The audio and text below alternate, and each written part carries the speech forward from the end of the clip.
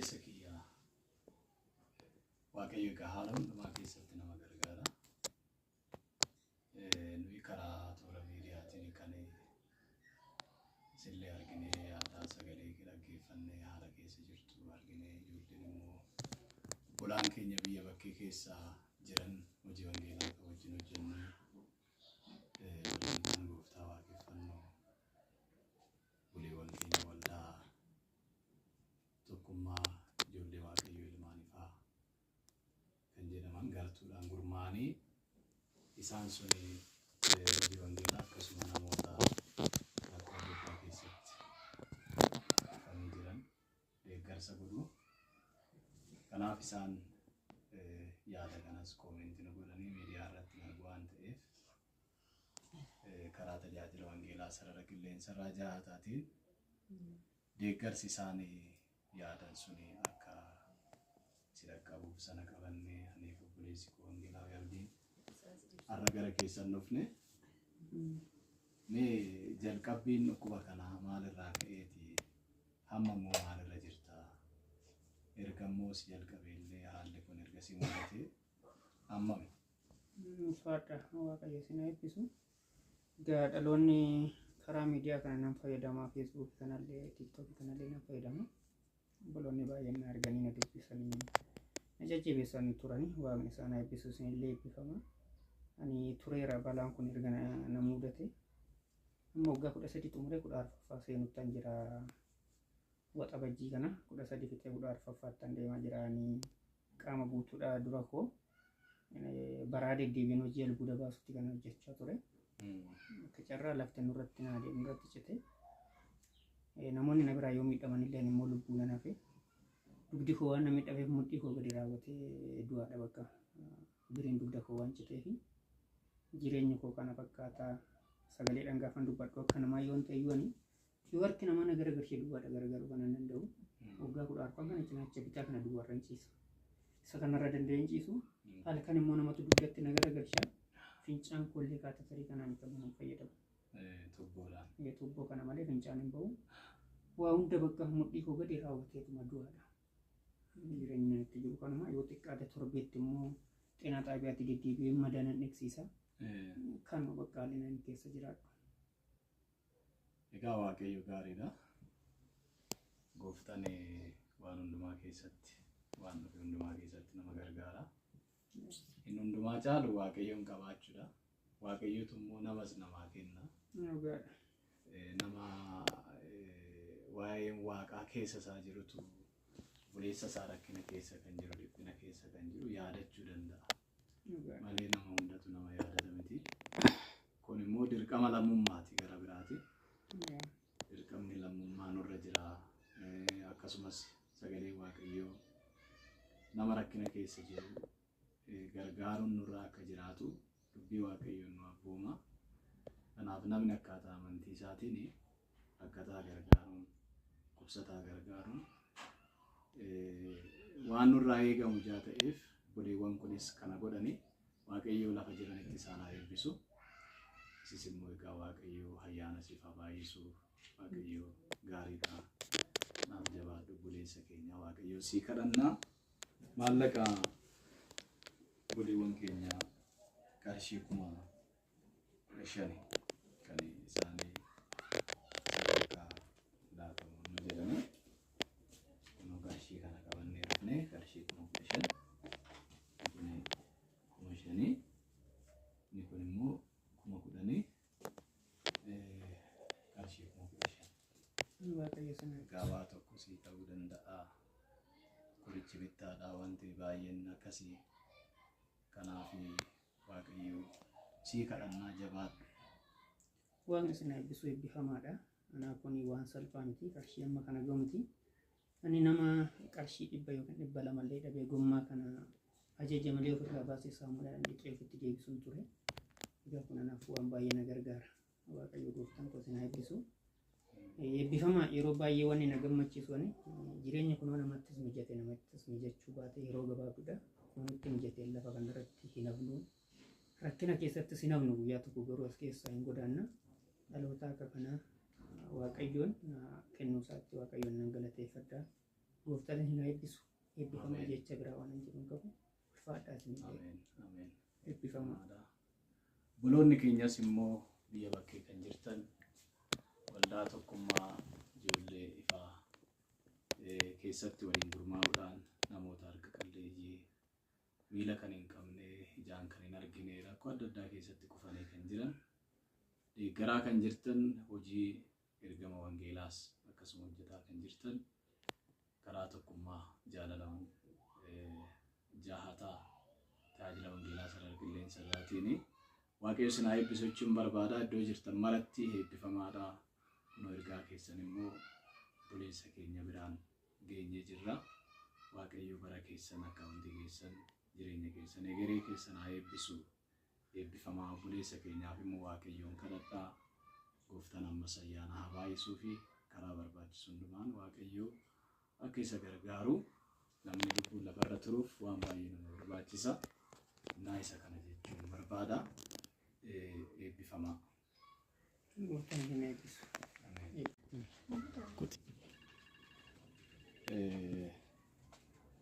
Tole egaa gargaarsa kana ijoollee biyya bakkee jiran waldaa tokkummaa ijoollee waaqayyoo ilmaan ifaarraa waliin ta'anii gurmaa'anii deeggarsa namoota akka kanaa qaama miidhamoo ta'anii fi karaa tajaajila wangeelaa sarara qilleensa irraa jahataatiin akka godhamu taasisanii kanaaf nutis immoo isa qabannee ministi kiyya wangeelaawii abdii wajjin gara keessan dhufne haala jiru immoo egaa kun mucaa kana argine irraa dhaloota isaatii jalqabee deemuu kan hin dandeenye dha.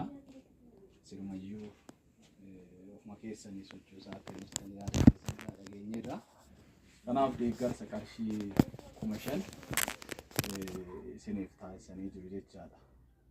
Kanadha qarshiin kun isa kana qarshii 5,000 yaada waa'ee isaa waan gabaabaa yoo dubbattan gaariidha. Mucaan kun erga dhalatee waggaa 16 deemuu hin danda'u. Deemuusi dubbatus fudhatee isin nyaatu fincaan naqabin jedhu ofumarratti fayyadama hundumayyuu anuma tol fuudhee gadi bu'ee deebisa. Akka kanatti kan waggaa amma kana kan wajjin jiraachaa ture. Isinis immoo kan argitaniif nu gargaartanii waaqayyo guddaa isaanii isin haa eebbisuun jedha bara keessan jireenya keessanii. Warra nu gargaares waaqayyo hubannaa isaanii kennee rakkattoota jiran lafaa kaasuu isaaniitiif guddaa waaqayyo isin galateeffadhaa. Gooftaan bara isaanii jireenya isaanii isaa eebbisuun jedha. Ulfaadhaa waaqayyo ulfina isin haa kennu isin asitti dadhabdanii lafa jirrutti nu iyyafattanii rakkoo keenya argitaniitu furmaata nu ta'uu keessaniif bara keessan jireenya keessan waaqa isin haa eebbisuun jedha. Ulfaadhaa. Ameen. Eebbifamaadha. Maqaan isaa Yoonaas. Yoonaas. Yoonaas. Yoonaas.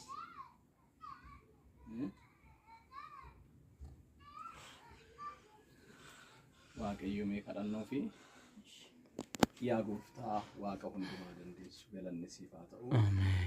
Nama kana harka keetti dabarsinee kenninaa dhalootaa jalqabee isa naafata ture. Yaa gooftaa karaarraa kan kaafte Yesuus arrasiif hin danda'amaa dabarsinee nama kana sitti kennineerra. Ameen. Mana kanaaf haadha kanaaf ayyaanni haa baay'atu. Ameen. Maqaa gooftaa Yesuus Kiristoosiin ati gargaari. Ameen. Yaa waaqayyo gooftaa dabarsinee sitti kennineerra. Wal'aansoon diinaa irraa haa cabu. Ameen. Karaa hundumaatti ayyaanni kee haa baay'atuu fi Ameen. buleewwan deeggarsa godhan iddoo jiranitti kan eebbifaman haa ta'ani. Ameen. Yaa waaqayyo gooftaa kunoo daa'ima kana nama kanaa wajjiniin rakkataa jirti baatee hojjechuudhaaf hin dandeessu sababii isaatiif gooftaa ati gargaari. Ameen. Ammas harki kee haa diriiru. Ameen. Namoota kenniif. Ameen. Namoota deeggaran namoota gargaaran yaa waaqayyo dabarseeti kenniif. Ameen. Mana kiraa kaffalachuu dadhabuutti yaa waaqayyo haala keessa jirtu nutti himte. Maqaa Yesuusiin karaa hundumaatti harki kee haa diriiru. Ameen. Galanni siif haa ta'u. Ameen. Maqaa ilma kee maqaa Yesuusiin ameen. Ameen. jabaadha aizo waaqayyo jira gooftaan gaariidha.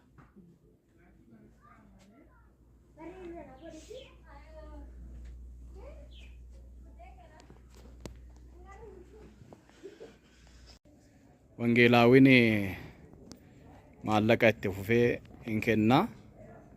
Maallaqa kana qarshii 3,300 isiniif laatama. Dhageessan miti 3,300 isaan kaan immoo namooti hojii qabdan 1,100 namoonni immoo hojii malee jirtan daa'ima dhukkubu kan of harkaa qabdan qarshii 3,300 jechaadha. Deeggarsa kana kan isinii godhani ijoollee biyyoota bakkee jiran biyya Arabaa waldaa tokkummaa ijoollee waaqayyoo hilmaanifaa warra jedhamanii waaqayyo isaan haa eebbisu. Eebbisa.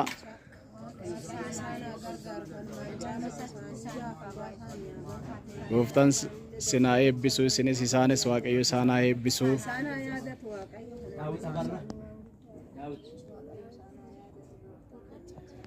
Kanadha akkuma keessan immoo iddoo biraatti namoota baay'ee miidhamoo ta'an isaaniif illee kan deeggarsa raawwanni jira ammallee ganaa deemnee raawwannaa fi isin qofa miti jechaadha.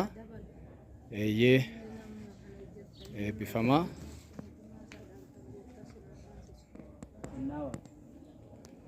Kennaa Waaqa.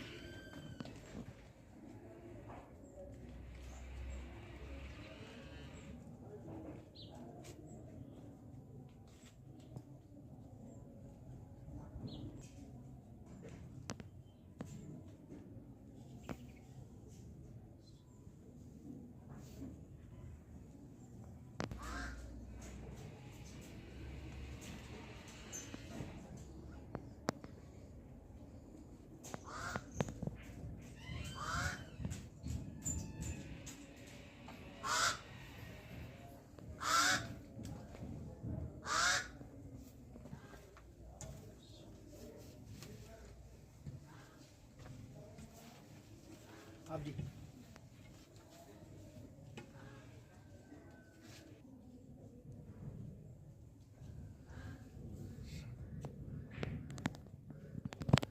Sanyi.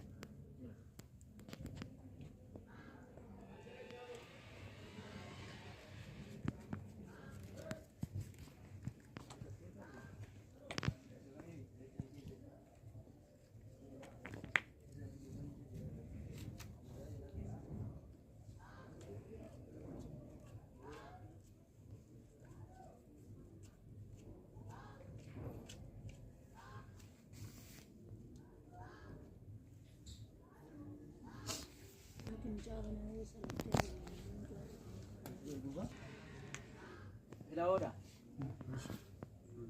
Qarshii 3,000dha.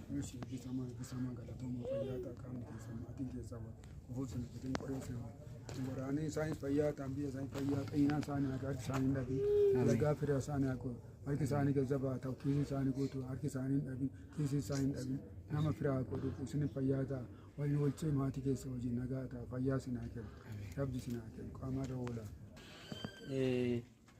Maallaqni kan gargaaramu isaanii yommuu ta'u isaan xiqqoo ishee rakkoo sammuu waan qabaniidhaaf maallaqa kana immoo harmeefaatu gargaaraa jira waan ta'eedhaaf abbaa warraati.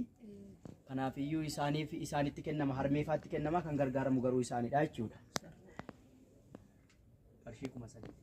Waaqayyo gooftaan balbala sinaa banuu in gargaartanii waaqayyo sinaa gargaaru lafa deemtanitti balbala sinaa banuu warra immoo isin ergates waaqayyo sanaa gargaaru ayyaanni waaqaa sinaa baay'atu. Maallaqni dhumaan dara.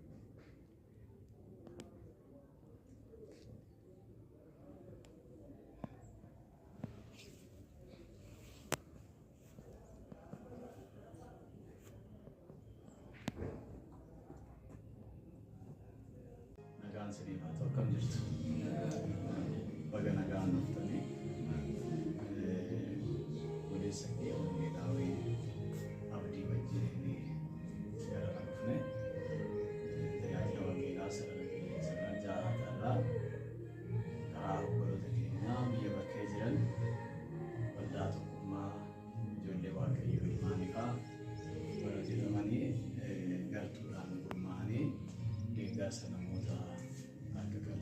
keessumaa deemuu kan hin dandeenye ijaan kan hin argine rakkoo cimaa kan qaban namoota akkasiitiif deeggarsa akka goonuu fi maallaqa muraasa gara keenyatti erganii kanaaf isa sana immoo akka qabannee gara keessan dhufne iddoo biraattis namoota kan birootiif yaadaleessaa taasifnee jirra. Har'a immoo gara keessan dhufnee jirra isiniif qarshii 2,200 isinii laannaa jechaadha amma waaqayyo immoo isin haa eebbisu isaan marraa kaanee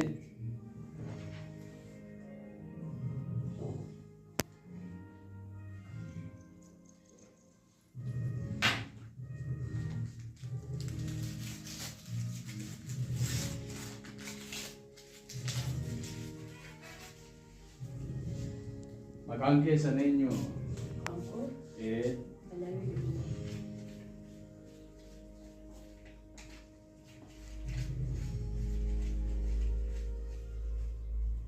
Alamii dhugumaa rakkoon keessan maal? Ijaan hin argitan? Haa ta'u ishii buleewwan deeggarsa isinii godhan eebbisaa ishii?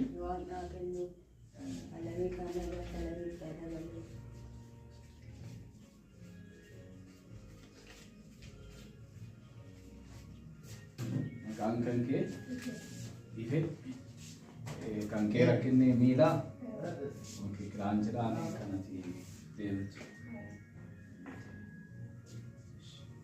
buleewwan deeggarsa sii godhan immoo eebbisi.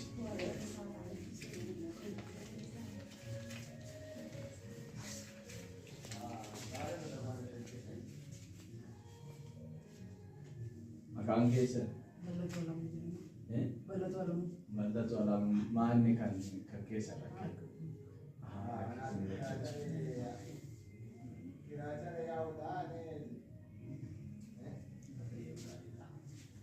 Buleewwan eebbisaa ishee?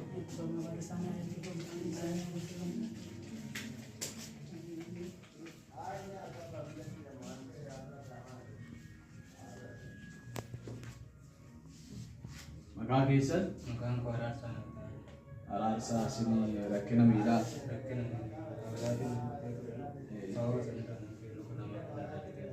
Kuni laastikiidha jechuudha? Achaniyyuu.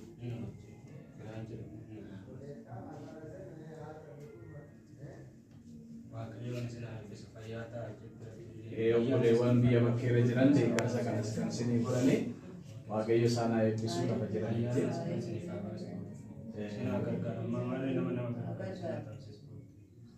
Gabaabsinee waaqayyo kadhannu. Gooftaa keenya Waaqa hundumaa dandeessu galanni siif haa ta'u. Kunoo namoota kana harka keetti dabarsinee kennina. Ayyaanni kee karaa hundumaatti isaaniif haa baay'atu. Yeroo isaanii keessatti rakkina isaanii keessatti ati isaan gargaari. Mana isaanii haala isaanii ilaaltee immoo yaa Waaqayyo buleewwan keenya biyya namaa keessa jiran isaan kaaftee waan qaban irraa yaa Waaqayyo gooftaa godhanii isaan akka qaqqabsiisaniif jaalala kee waan ta'eef yaa isaan gargaarteefis galanni siif haa ta'u. Iddoo jiranitti yaa gooftaa ati isaan eebbisi. Bari isaanii jireenyi isaanii kan eebbifame haa ta'u. Galanniif ulfinni siif haa ta'u. Maqaa ilma kee maqaa Yesuus Kiristoosiin.